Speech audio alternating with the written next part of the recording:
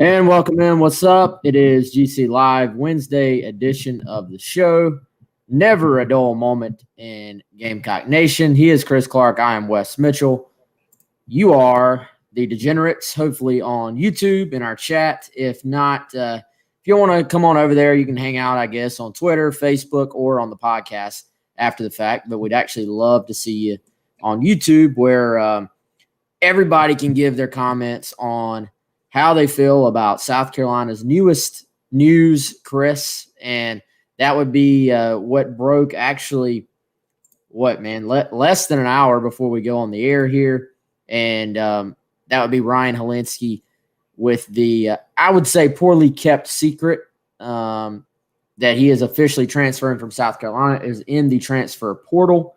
We're not going to devote the entire show to that. We're also going to talk a little bit about the assistant coaching search as South Carolina looks to fill out the rest of their 10 on-field slots. So with Shane Beamer obviously already having 7 guys locked in, we've talked about that really for the last 2 days. So we'll get into the final 3 slots and what you could look for there. But obviously the news today, Chris, the biggest news everybody is probably talking about among the fan base would be the news that Ryan Hilinski is officially in the transfer portal. Yeah, like you said, not an unexpected move. This is something that people within the program have, sort of expected for a while, thought would probably be the case. It was a little bit more of a question of, I think, will it definitely happen? And I think we got an answer to that, in recent days where we thought this would definitely happen, and then just sort of when would it happen? And so I don't know what precipitated the timing specifically on this, but it's not unexpected. And I think with just where things are dynamically, within the program, it doesn't make this a surprise at all. So not sure what Hilinski's next move might be. I would assume he'll have, a decent amount of suitors and opportunities. But yeah, the news not unexpected that he's going to be moving on from South Carolina. Sometimes you see a guy go in the portal and you're not sure, if there's a chance that they might come back. A lot of times guys have sort of destinations in mind. Sometimes it's sort of go in there and see what happens. You even see some instances where guys go in and eventually come back. Don't think that'll be the case here. I think it's sort of just a clean break and, move on. Both parties just move on to whatever is next in the future.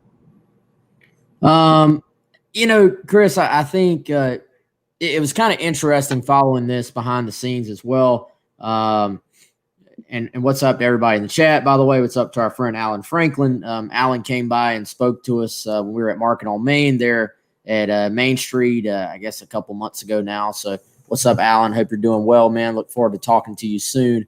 By the way, Market on Main hosting a New Year's Eve 3-course meal, ball drop deal on their big screen on New Year's Eve. If you want to go check that out, really cool situation over there. But so Chris, it was kind of interesting for a lot of the year, and I don't remember the next. It all runs together. We always talk about that. All the sort of stuff you hear runs together, and transfers are interesting in that these things tend to change. In that, how many times have we heard a guy, oh, he's going to transfer, and then it doesn't happen. Happens all the time, right? I was joking that I had a Johnny Dixon transfers article written, what, dude, like 12 months ago or something? It was a few years ago at this point. Yeah, and it lived in our admin for probably 6 months. And and I went and I finally was like, all right, this is just taking up space. I'm going to delete it. And then he ends up transferring, after this season. And it was kind of a surprise this time. But Hilinski, it was rumored he was going to transfer. And then I would say going into the right after the Missouri game, which is where obviously Doty took over in the second half at the quarterback position. And at that time, man, it sort of I was told Ryan Hilinski is out. He's gone. He's going to transfer. He had said that to several people. So Then, though, once there was the coaching change and you see, Hilinski front row for Beamer's first meeting and stuff like that, some of the stuff that he posted on social media, I tend to think the door was maybe cracked there for a second. But then I think once the decision was made, once Mike Bobo was brought back as far as the direction South Carolina was going to go on offense, then to me, I think that's probably what sort of locked things in, that this just wasn't going to work out. And there are obviously reasons for that. And there are reasons whenever somebody transfers. And, frankly, there are reasons whenever somebody doesn't play. I don't think that we should sit here and just pretend, he's leaving because he didn't get a fair shot, when none of us see practice anymore. South Carolina needed to win games this year, right? I mean, the evidence speaks for itself. If they didn't win, which they didn't, Will Muschamp was fired. So they needed to win games this year. If they felt like their best course of action to do that was to play Ryan Hilinski more and to start Ryan Hilinski, I feel very certain that coaches like to keep their jobs, and right, that they probably would have done that. So, that doesn't mean coaches are infallible, Chris. Coaches make mistakes. We all know that. But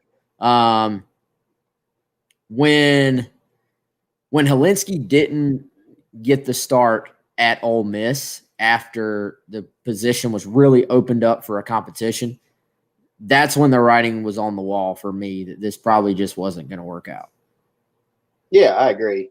And so I think when people look at this situation as to why it happened, and you're right, once Mike Bobo came back, then that sort of solidified, okay, here's how it's going to go. And then it was just a matter of when.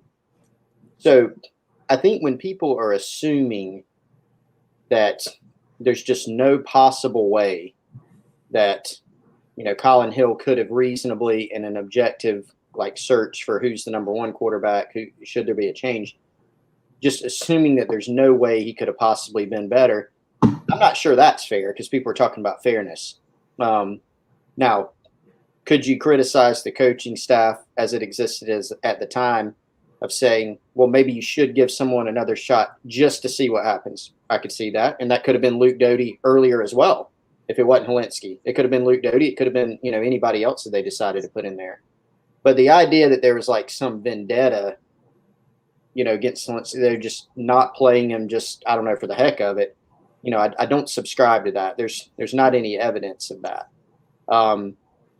There's some other things too in there. So, for example, and people will say this is excuse or whatever. No, it's just an explanation. It's just looking at it, because we've talked about this on the phone a lot, off air. We've talked about the decision making that went into this, the quarterback situation. We spent a lot of time talking about these things. And here's something else I learned recently. At the beginning of the year, or when Colin Hill was quarterback, what was the one good thing that South Carolina did this year? It was the run game. Yeah. And we know a lot of that. Mike Bobo puts a lot on the quarterback in the run game. So early in the year, we know that Colin Hill knew this offense better than anybody else, better than Hilinski, better than Luke Doty. He's been in it. He knows it better. And that was one of the things that helped him win the job and keep the job for a while. At the beginning of the year, they were double calling run plays. So basically what that means is Mike Bobo is calling in 2 plays, and then the quarterback goes out there. He looks at the defense. He knows offensively which one's better, for that given play. He kills one play. He goes to the other one. He keeps one on, whatever it may be. They run that play. South Carolina had the leading rusher in the SEC. So the run game was pretty good, even against teams. They put up some really good run numbers. The passing game, we don't need to relitigate that. It stunk. And there were a lot of reasons behind that. It was, quarterback play sometimes. Sometimes it was not the quarterback. They had one receiver on this team. Nick Muse did some good things. So that's one aspect. There's a trade-off because when people say, for instance, Ryan Hilinski had better arm talent, or I think Ryan Hilinski should have gotten a shot, you do have to bear in the back of your mind, at least, just to be fair, would there have been some drop-off in the running game in terms of schematic things on the field? Maybe so. So that's just another consideration on all these things. I think because of Hilinski's stature as a quarterback, a top, what was he, Wes? Top 50 guy in the country, 4-star guy, big offer list. I think he was number 2 dual threat, not number 2 pocket passing, Right. pro-style quarterback in the country on Rivals. Yeah, and tons of recruiting buzz. And then obviously when things aren't going well on any team, we've seen this at South Carolina and a lot of other places, there's always calls for the backup quarterback, no matter what. And the backup quarterback at times this year just happened to be a guy who had played before and had shown some moments at times. The end of the year last year for South Carolina, they were in similar boat. They only had one receiver at times, and it did not go very well in the passing game or even in the running game last year. So there's just a lot of layers to it. It's hard to boil this down and just simplify it and say, this is why it didn't happen, or this wasn't fair, that wasn't fair. There's a lot of layers to, why this is all happening and why it played out this way. There's a lot of emotion involved too, it seems. I think because South Carolina fans are emotionally connected to Ryan Hilinski. And obviously he did play last year as a true freshman. And I think he did, fans sort of obviously got excited about the recruiting aspect of it and the fact that this is a guy who comes all the way from California. And obviously they heard about and read about and supported his story, with what he and his family went through. So the fact that it's a quarterback, the most high-profile position on the field, the fact that the quarterback and decisions involving a quarterback are already so highly scrutinized anyway, plus throw in the fact that there is an emotional connection to Ryan Hilinski from the fan base, I believe makes a lot of what this reaction being, from the fan base is going to be emotional because of all those things we just talked about. And I think this is one of those things. Nobody is going to change. It's kind of like politics. I don't see anybody changing anyone's mind on this issue. Nope. Like if you're sitting there saying Ryan Hilinski got absolutely screwed, he should have played, this staff is awful, it's all Mike Bobo's fault, blah, blah, blah, blah, then that opinion is not going to be changed, I don't think. If you're sitting here saying, it's just time for a move, Hilinski obviously didn't do the things he needed to do to be the starting quarterback, and they did what they thought was best for the team, then you're probably not getting your mind changed either, honestly. But I think especially the people who are just absolutely locked in that Ryan Hilinski was the best quarterback on this team and didn't play really at all this year, are very emotionally invested into that thought process. Now, if you're telling me he was no question the best quarterback on the team and they just didn't play him, I can't really follow that. If you're telling me, if you make the argument that you give Hilinski a shot, really for the sake of giving him a shot, right? I think the part about that side of the argument that is much easier to make and that's harder to defend, I think, for Muschamp and the offensive staff and all those guys, would be that Hilinski, didn't play at all. That would, if I'm trying to make an argument on that side, it's that you should have given him a shot. Now, again, I go back to the week before Ole Miss, open quarterback competition. That wasn't some sham. That was a true open quarterback competition. You don't open yourself up to that type of criticism as a head coach and say there's an open competition and just hand the ball back to the original starting quarterback. It was a true competition. I subscribe to the theory, Chris, that they wanted to give Ryan Hilinski a shot that week. That's what I had heard. They wanted to give him a shot. They wanted him to take it and win the job that week. And he had a good day of practice early that week. And then the rest of the week just didn't. And they were forced to start Hill. And I think some of the argument on that side falls apart also when people say Bobo was just completely tied to Colin Hill. Well, if that was the case, then halfway through Bobo's first game as interim football coach, he wouldn't have made a change at quarterback if he was that just locked in and tied to Hill. So as Andrew Bowers now asked, if Doty was so good, why wasn't he the guy from day one? That's a very easy question to answer, Andrew. He's a true freshman who didn't get to go through spring practice because spring practice was cut short. He was there. He was at South Carolina, but it was a 5-practice spring practice. So these are real people. It's a dynamic situation. It's not static.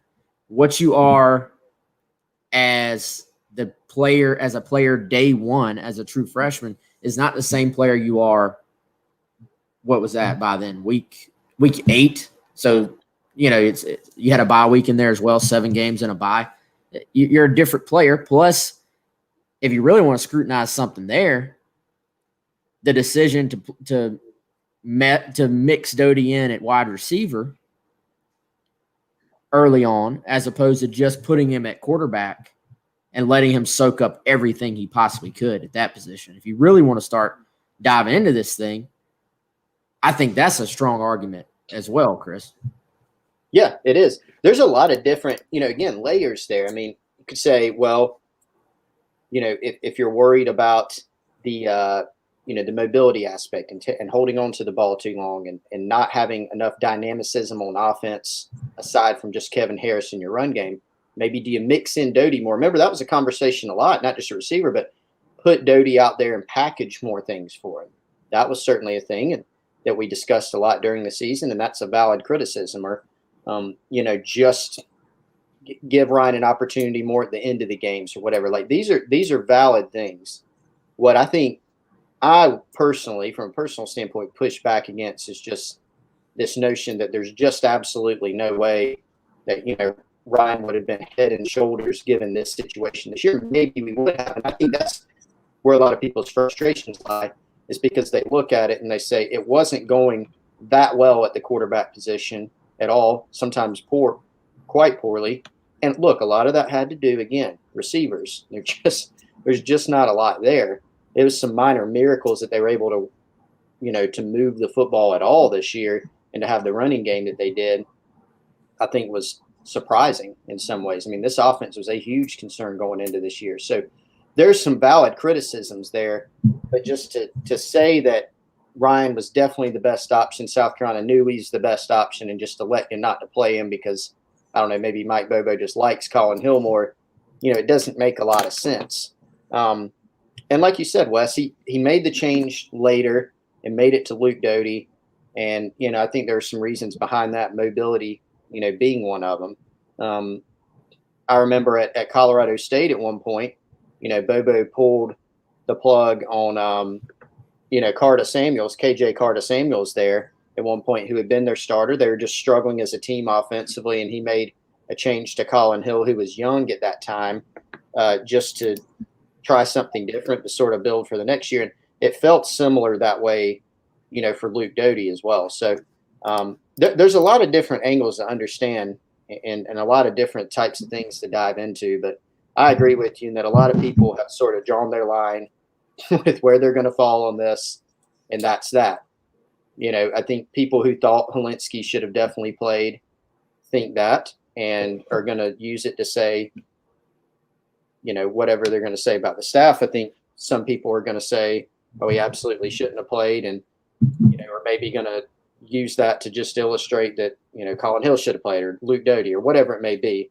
But that's what we try to discuss it here. We just try to, hash it out and figure out what's factual, and then just discuss it as a group here. Yeah, and like I said, nobody's going to change their mind, so that's fine. Everybody's got their opinion. It's cool. It's a new day anyway. New head coach, new staff coming on board, and before we get into that, though, Chris, this show is brought to you by AffordableMedicalUSA.com. Check them out, 803-926-1493. Again, AffordableMedicalUSA.com, home of the Game Day Chair. And, Chris, do you want to tell everybody a little bit about the Game Day Chair? Maybe they got some money for Christmas, and they should buy themselves a little New Year's present as we say good riddance to 2020 and move on to what is hopefully going to be a much better 2021. Yeah, I don't know at this rate if you can get the Game Day Chair before New Year's Eve, but if you do, have your toast at midnight, fall asleep maybe in the Game Day Chair in your man cave, in your living room, super comfortable. Put it in the zero gravity position, which is the twilight position on the Maxi Comfort Cloud. That's the official name of the Game Day Chair. And get yourself a nice nap. And when you wake up, it'll be 2021. Forget all the just stuff that has happened this past year. So hit up the Game Day Chair, AffordableMedicalUSA.com. It's not a medical chair. If you have back pain and stuff, awesome. You can use it and it will help you out. But it's just a super comfortable recliner is basically how you can think of it. 803-926-1493. And while you're at it, make sure that you're sporting your Dead Soxy socks. Cold weather, cold outside, gloomy outside today, Wes. Sport your Dead Soxy socks, DeadSoxy.com. Check out their college line, the Spur Line socks. We had a couple people say that they had ordered their Dead Soxy socks and absolutely love them. So make sure you go and check those guys out at DeadSoxy.com. So let's move this forward. We can go back and forth about why it happened, how it happened, if it should have happened, etc. And by the way, I saw a couple questions. I don't know where Hilinski is going to end up next. Have you heard any speculation on that yet, Chris? I have not. I have not at this stage. Okay, so I mean, we're not just ignoring the question. I don't know. Maybe somebody knows, but we haven't heard that. So the bigger question here, as we always try to do, Chris, let's move this forward and try to bring the conversation forward into the future. What do you think this means for South Carolina's quarterback room, quarterback position? And what would your plan be, man? Because so we know now Hilinski is out. As far as we know, Colin Hill has not put out anything publicly as far as his plans, frankly, moving forward. And he was a senior, but obviously he would have another year of eligibility if he wanted it. We'll see if he takes that. Opinion, I wouldn't be surprised if if he didn't take his final year here at South Carolina. Just my opinion. So let's say if that happens, you're out Hilinski, you're out, you have Doty coming back. Obviously, you have Colton Gauthier coming in. Jay Urich moves to a sort of graduate assistant or player type coaching off the field type role, I believe. So you're left with two scholarship guys at the quarterback position at the least, or three at the most, depending on Colin Hill. Does that mean that you go out and try to find a guy with some experience that can transfer in?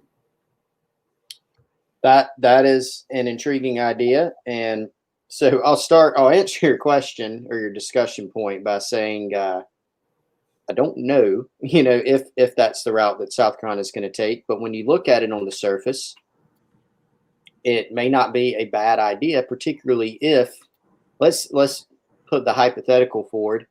And we should know an answer at some point, maybe in the near future. But let's say it is just Doty and Colton Gauthier, who'll be a true freshman. Now he will enroll in January, but let's say it's those two on the roster. Well, you may want to take a look at filling it out with another guy who comes in. Now, who could you get? Particularly if it's a guy that maybe doesn't believe he'll necessarily win the starting position. I don't know. So that's something that South Carolina is really going to have to try to balance. They've also got, look, when you look at, for instance, the transfer portal, they've got needs at defensive back big time, linebacker big time, maybe a pass rusher. Obviously, wide receiver is a huge point of emphasis in recruiting and in the transfer portal. So will a quarterback from a numbers standpoint be a huge point of emphasis? I don't know. I tend to think that this offense, as it did, I referenced earlier the situation at Colorado State where Mike Bobo made a quarterback change. He did that at the end of the year once he took the interim reins. And I feel like that was both for this season and as a move towards the future. So it seems like when we're just looking at the current constitution of this roster, of this program, it seems like things are sort of trending in the direction of Luke Doty has a really good chance to take this and be the guy. Shane Beamer's mentioned incorporating some more Oklahoma type things into this offense that might be more quarterback run. That's not going to be wide open. We've discussed this sort of ad nauseum. That doesn't mean they're going to start chucking the ball around the yard, nor should they do that. That would be a demonstrably, objectively bad plan with what they have coming back at the receiver position and what they have at running back. But, Doty does give you a more mobile option. He gives you the opportunity to incorporate more quarterback run. I think Wes, just sitting here right now, without them being close to spring practice, here in the off season, everything sort of being new, still a lot of questions to be answered. It just seems like things are going in the direction of a Luke Doty, being the guy going forward. Yeah, and I think part of it is, man, you start to look at these 11 scholarships you have left and start trying to divvy them up among the areas of need. And I'm glad. I'm glad I'm not having to make these decisions, to be honest with you, because I think you have to sort of mark off 3 spots for wide receivers, and then how many more spots for DBs? You've got to bring in, I would say, almost an entire first string of DBs, almost like four guys maybe, and so that chips away at your available scholarships right off the bat. And anybody that transfers in has to take one of those slots. Now, is there a possibility maybe you sort of are able to manipulate your numbers a little bit, dude, if you at the end could take an extra depth guy here or there at a position that you push forward until the next class that you take in August? That may be a way to work your numbers a little bit. But unfortunately, these spots are such big needs. You need to feel comfortable. You need to go ahead and get some of these guys and get them in and let them go through spring, right? Because they're going to need to be big impact players on your offense and defense in 2021. So you don't really want to be waiting for a guy to get there in August and be learning everything, and then you possibly miss on him and you don't fill that role at all. So I tend, the thing that would bother me or scare me would be if you're in a situation where Colin Hill doesn't come back, Ryan Hilinski is gone, just having 2 scholarship quarterbacks, one being a true sophomore, a freshman as far as COVID eligibility goes, I guess. But in reality, really a true sophomore and a true freshman coming in. That has the potential to go bad pretty fast. And most schools want to have, 3 scholarship guys on campus at any one given time. So I agree. I think Doty has every opportunity to be the future of this program, but also I would be very concerned about the potential of just having 2 scholarship guys. Yeah, 100%. And so that's going to be, you mentioned, taking a spot. So if you take another quarterback in this class, and you take them, if you don't have a way to sort of fudge the numbers, you bring them in, say, in January or even this summer, it's probably going to be a guy that is an initial counter. So you get 25 initial counters in a class.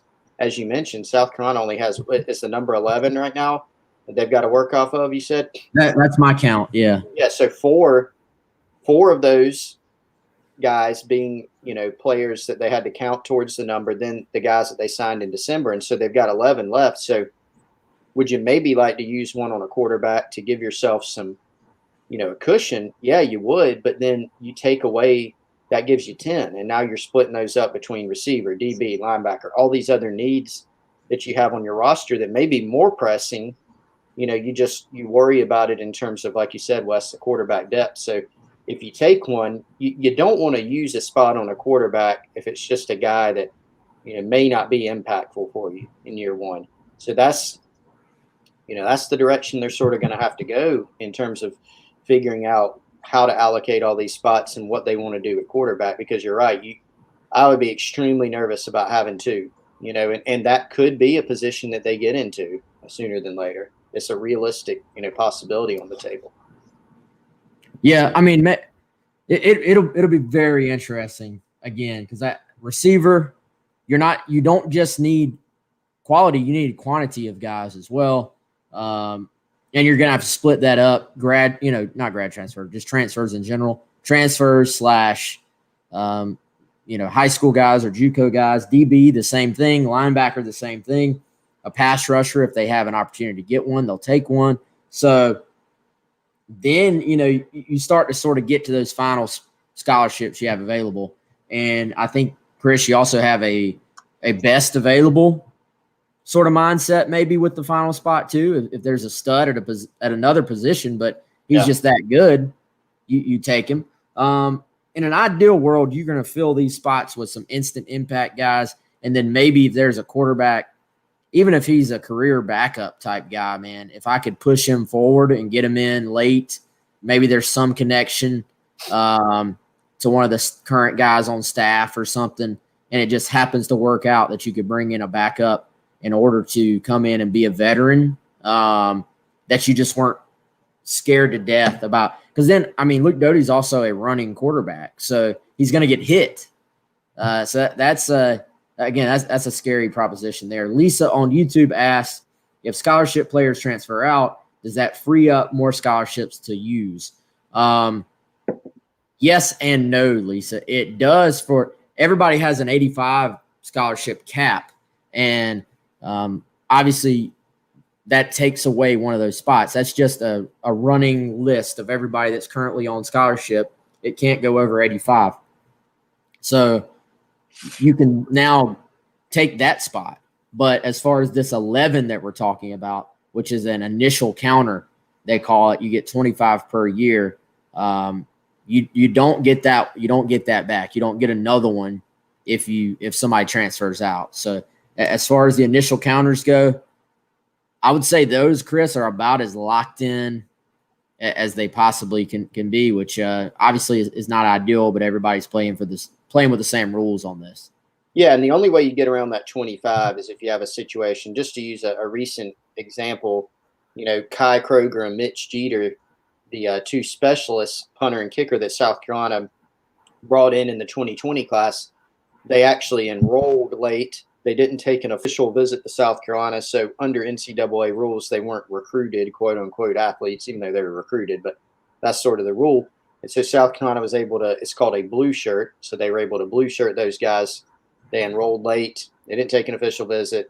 They didn't sign. They just enrolled at that time, and they counted forward to this class. Now, it's sort of just robbing Peter to pay Paul a little bit, because you're just putting it off basically. So they didn't use scholarships in the 2020 class, but they had to use them in the 21 class. So if you have guys that don't count as an initial 25 counter in one class, they're going to count somewhere. At some point they have to count.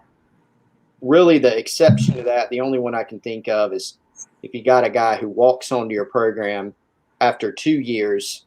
If you put him on scholarship after 2 years, he counts towards the 85, but not an initial counter. But obviously that's a situation that, you can't recruit a bunch of guys and get them to come pay their own way for 2 years and then scholarship them. So for recruiting purposes, you're not really going to see, a lot of that.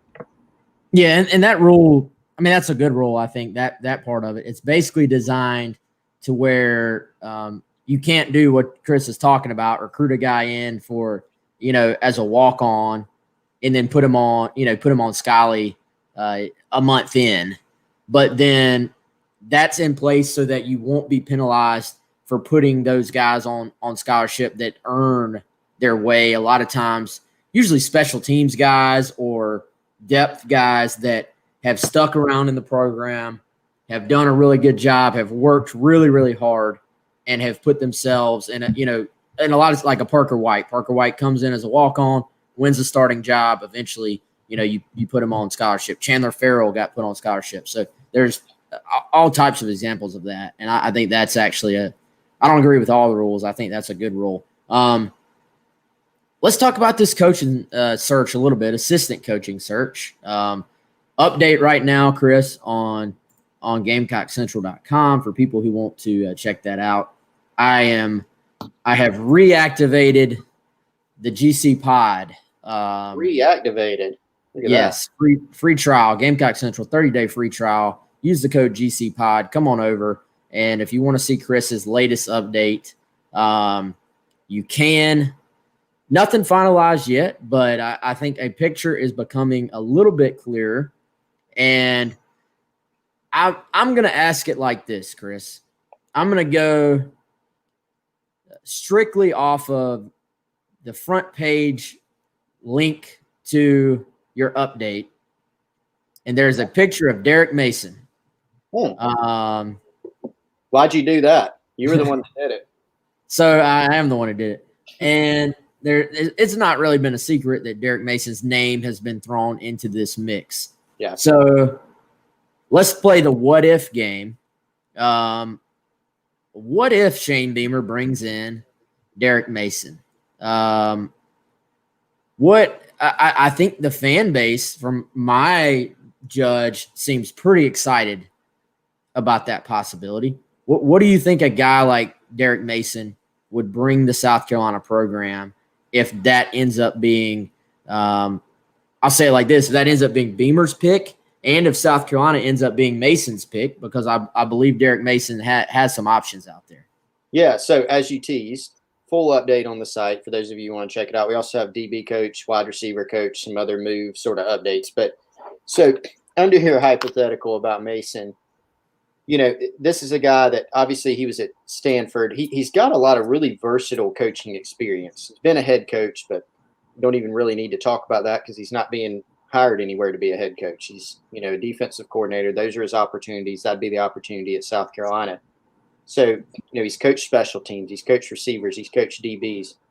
So, in the role as defensive coordinator, obviously responsible for the defense, but his background in terms of position coaching is not linebacker. It's not D-line. It's in the secondary exclusively. So DB background, I would imagine he would take a pretty, probably coach one of the positions, safety, corner, or at least take an very active role in the secondary. And he's got a good reputation. He came from Stanford, where he was a defensive coordinator there. He sort of moved up in the business, NFL experience, then a co-defensive coordinator and position coach at Stanford, then into the defensive coordinator role and assistant head coach or associate head coach, one of those titles under David Shaw. And so, a really pretty highly regarded guy in terms of, what he can do. He has run, 3-4 in the past. I think that's going to be a Gamecocks fan's biggest thing. What's the scheme going to look like? And a lot of people are going to think 3-4 because he did that at Stanford. He did that at Vandy.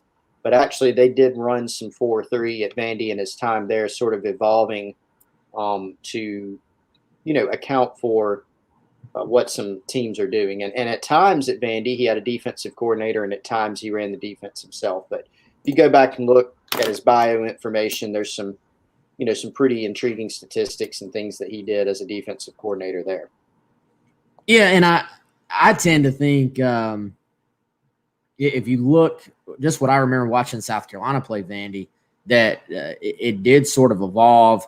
It seemed like there, it was kind of like what you see around college football is even these schools that are 3-4 defenses, they're really not anymore, especially when you're playing against a spread team. And, you may have a stand-up rusher, a guy that's sort of like the Buck in South Carolina's position, South Carolina's scheme this past year. And, whether or not you're in a 3-4 or 4-3 is really entirely determined by if that guy's got his hand in the dirt or not, So there's all types of different ways you can actually structure your scheme that I would say goes beyond, is it a 3-man front? Is it a 4-man front? Is it are you an odd and even front up? Are you 2 gap, 1 gap, stuff like that? Are you going to play more zone? Are you going to play more man? Are you going to do both? Are you going to structure it as more of a bend but don't break? Are you going to be more aggressive? I mean, there are so many different ways that you can structure it, and then so many different things you can do out of, the different structures. So I think, Chris, if he ends up being the guy, then I think there's some credibility that gives you, because I think Derek Mason is known as a strong defensive mind. He's a well-known person that I think recruits are going to obviously recognize the name. And I think there's some value if you're a first-year head coach to now you have an offensive coordinator, a defensive coordinator, and a special teams coordinator that all, if this ends up happening, that all will have prior head coaching experience. Yeah, and I saw one of the certainly not picking on anybody, but someone in the comments I can't properly credit said that Stanford was decent. I think they were a little bit better than decent when Mason was there. Obviously Vanderbilt, I mean, you're going to be limited there defensively a lot of the times, and Mason did not always run the defense there. But when you look at Stanford, I mean, 2012, that was some people consider that the best Stanford defense that they've had. He was a Boyles Award finalist.